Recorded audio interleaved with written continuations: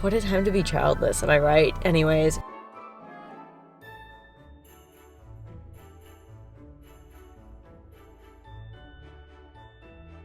I'm a complex individual.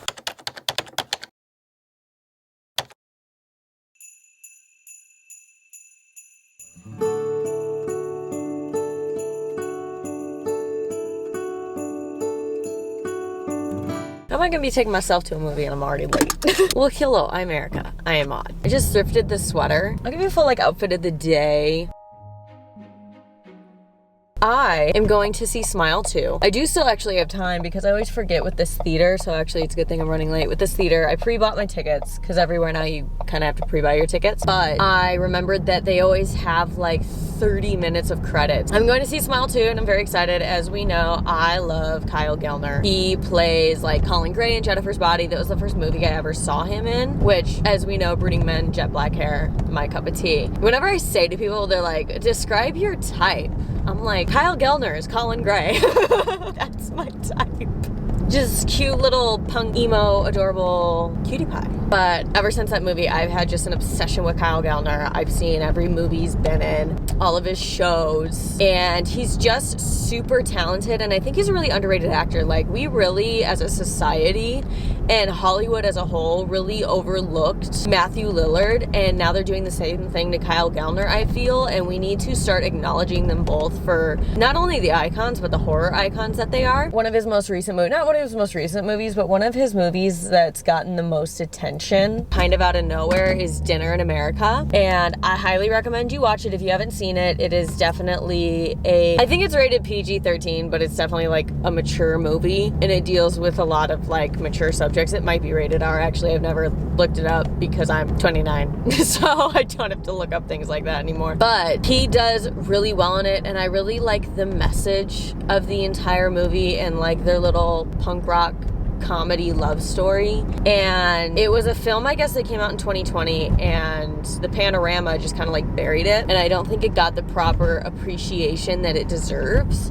So I literally watched that movie. I discovered it last month. I've probably watched it every other day. It's definitely a comfort movie and in my top 3 of favorite movies. If you're wondering what my top 3 favorite movies are, as of now, they are Obvious Child, Beauty and the Beast, obviously, and Dinner in America. Those are my favorites. Like top 3. I have a top 3, top 5, top 10. I have a whole thing. It's raining. Perfect day for a horror movie. I saw Smile 1. And it was really good. I just didn't like that, spoiler alert, I just didn't like the fact that the cat passed away. That was sad. I hate that in movies. I've never been like okay with it in movies. I'm shocked I sat through Pet Sematary, and I think the only reason I got through it is I knew the cat was coming back. You know what I mean? Yeah, I really liked the first one, and I didn't even know, because he really wasn't advertised that much in the trailer at the time for Smile. I didn't even know that Kyle Gellner was in it. Like, he wasn't heavily promoted in that, and so I saw it like when in the theaters when he came up, I was like, oh my god, like I freaked out. I loved it. And I know that he's in this one. I don't think he's in it the whole time, obviously, but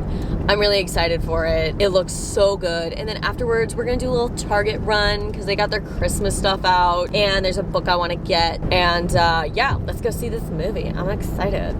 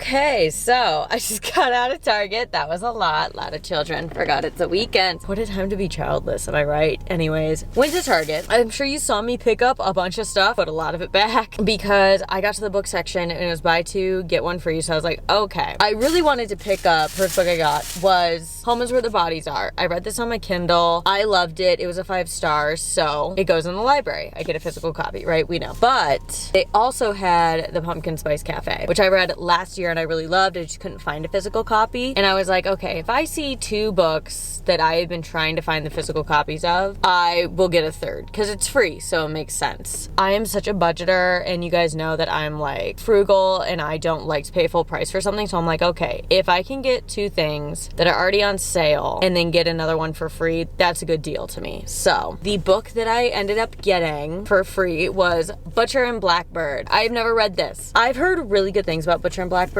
Apparently it's a romance between like 2 serial killers. So I'm kind of living. Spooky, romance, love it. I also have my books from my little library trip, so I think I'm going to start on that physical collection soon as well. I got these socks in the dollar section. They're so cute. Bored Vibes and Leg Day. So I thought that those were cute. I like fun socks. I think I'm gonna listen to my audiobook on the way home. Okay, time to go home. It definitely wasn't a struggle and I did not get on my bed the hardest way possible. That didn't happen. Oh, what are you talking about? Anyways, been a few days. Been a few days since I last checked in with you guys. Since that happened, Tyson and Paul fought. I'll let us all have our opinions on that. I think that maybe some decisions were made beforehand, and that's all I'll say about that, but that's just my personal opinion. Watch that, and then I was up till 2 a.m. because I was so angry, so I really flew through one of the books I want to talk about. Then I did an open house actually today, and it was for this like huge farm, and it was just a gorgeous property. They had copper colored gutters against like a deep navy or like a charcoal. Oh my God, it was so beautiful. But anyways, I got done with that and realized I haven't checked in with you guys. So let's talk about some books more in depth. We can start with some of the ones that I bought. I know I talked about them a little bit in the car, but Pumpkin Spice Cafe, I gave a review in one of my previous vlogs in fall last year. It will be in the cover of that vlog, so go find it, check it out. It's a 4.5 for me. I think I might have said it was 5 stars last time, but it's a 4.5. Next, I read Cinnamon Bun Bookstore. I read it on my Kindle and I didn't buy it. It's a 2.5 star for me, Cinnamon Bun Bookstore, which was shocking considering I love Pumpkin Spice Cafe so much, and it's within the same universe. She has 2 other books that are coming out on Kindle that I pre-ordered. Learned my lesson there. I might read them when winter comes and things are really just like slow in the world. That's how I really pass my time. It just wasn't my favorite. It was kind of boring. And the whole book is just constantly, spoilers by the way, in these reviews for these books. Not heavy spoilers for a lot of them, but spoilers nonetheless. The whole time Hazel is just like talking about how boring she is and no one really likes her and she's no fun. Listen, I've had my fair share of self-esteem issues. Who hasn't? But at the end of the day, sis, you gotta stand up. I liked Noah, but again, he was kind of playful and fun, but also they both just lacked depth. Next up, I read this book in October, Home is Where the Bodies Are. It's a murder mystery kind of whodunit situation. It was a little bit predictable. However, a 5-star read. It was really fun. I loved it. It was a great thriller. I will definitely pick this up and reread this at some point. It was just a thriller that I really enjoyed, like really enjoyed for the first time since The Quarry Girls. It gave me the same vibes. I highly recommend it. It's just a fun little thriller. Can't recommend it enough. Now, to my 2 current reads. I am currently reading How My Neighbor Stole Christmas and Butcher and Blackbird. I'm a complex individual. I like to read things that are sort of like opposite of each other at the same time too. It gives my mind a significant break from one or the other. It says that I have 1 hour left of this book. We're in the final competition. It's so fun. It's so cute. I really enjoy Cole and Story's dynamic. Enemies to lovers. I love that they have such depth to their characters as well, of like why they behave the way they did in the past, the tragedies and traumas that they both have had to deal with, and sort of navigating that into adulthood and meeting up again 10 years later. I really enjoyed it. Also, like the detail in which she describes all of these events and all of these like town meetings, you know, who sang what in this competition. It all is so descriptive and it's so well written. This is my first book by Megan Quinn. I have been told by my best friend and then seen a couple of booktubers talk about her saying she is like the place to be for like cutesy little romance. So I think this is a new author I'm gonna get into after this book is done as well. I really enjoy it. I'm probably gonna finish it tonight after I'm done done with this vlog. Is my lipstick still on? A little bit. It's fine. And then finally, Butcher and Blackbird. I am almost halfway through this book. I did that in one night. I told myself, I was like, oh, I'm gonna wait till I finish A Court of Wings and Ruin, and then I'll start this bad boy. The way I started it the next day. The way I read the first page of this book and didn't put it down. It's so good. It's very, from what I can tell so far, I can't really spoil anything because, well, I'm not done with it. The way it's Dexter, right? It gives like Dexter vibes. This is about two serial